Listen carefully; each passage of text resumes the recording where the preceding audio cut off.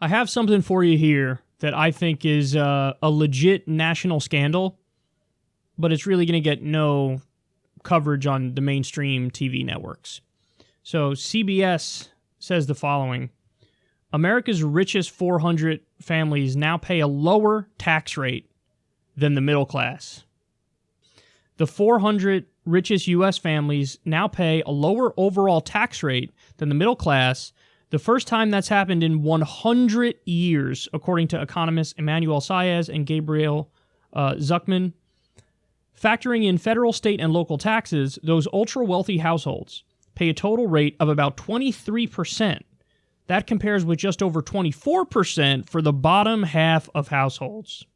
The U.S., quote, looks like the tax system of a plutocracy, Saez and Zuckman say.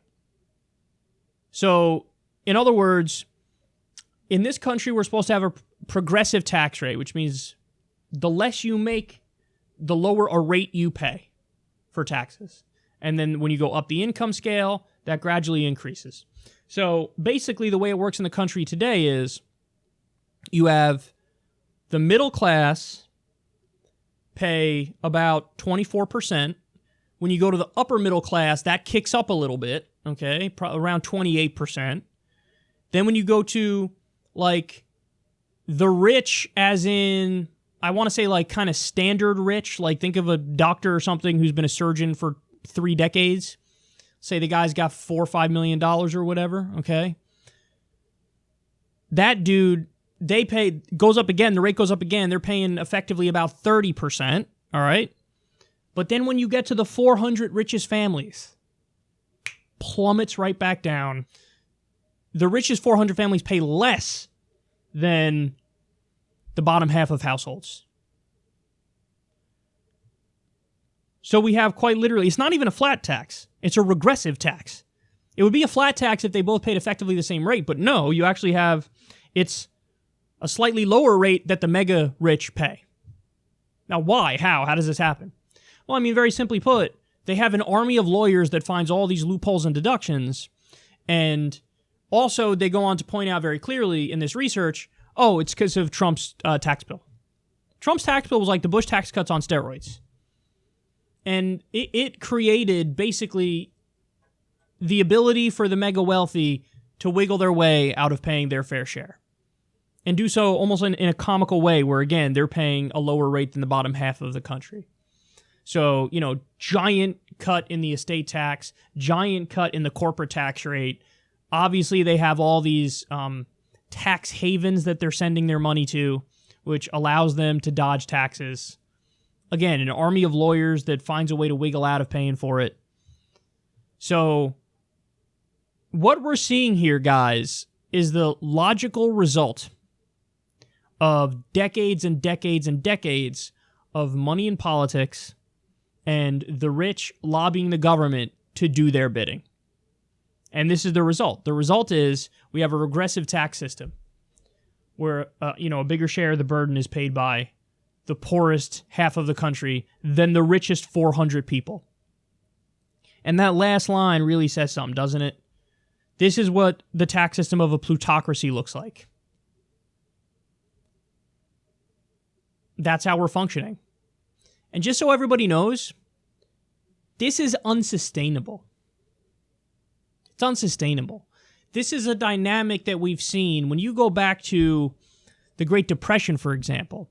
Take a look at the amount of income that's brought in by the top 1%.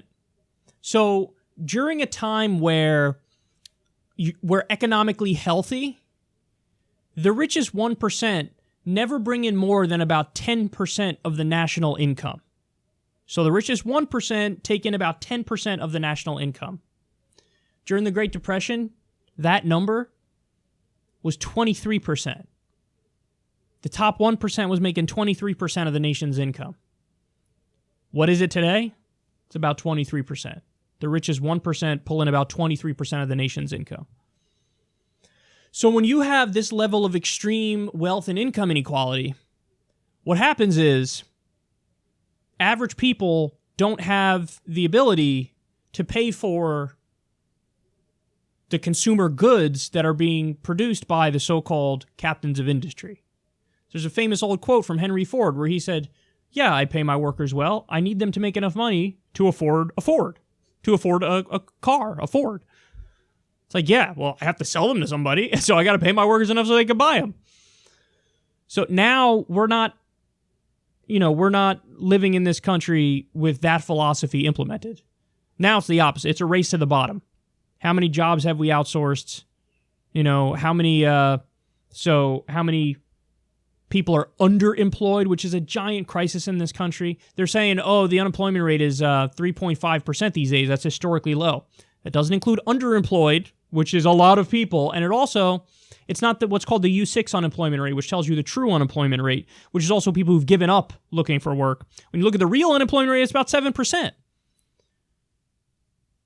So that's like a lot larger than what they're saying. And also, again, they're not including the underemployed people. They're not including the fact that wages haven't budged since the 1980s. Wages have been relatively stagnant since the 1980s. You also have the crisis of automation on top of the crisis of outsourcing.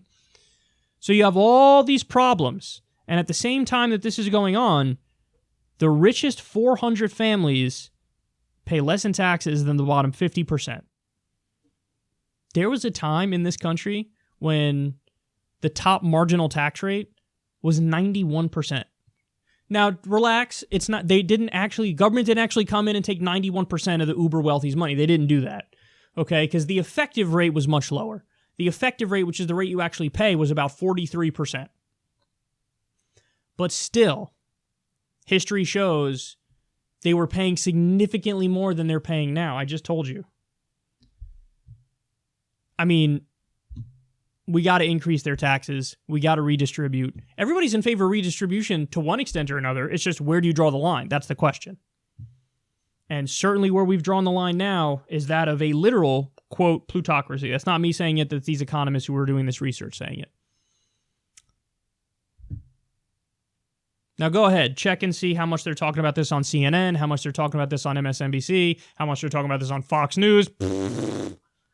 Please. As Donald Trump pretends like he's a friend to the working man, they cite his tax bill specifically that finally tipped the scales and made it the case that the richest 400 families pay less than the bottom half. So he is a friend of the plutocrat, the oligarch. He's not a friend of the working man. He could do that fake populist tap dance all day long. But he's got a knife in your back and he's twisting it.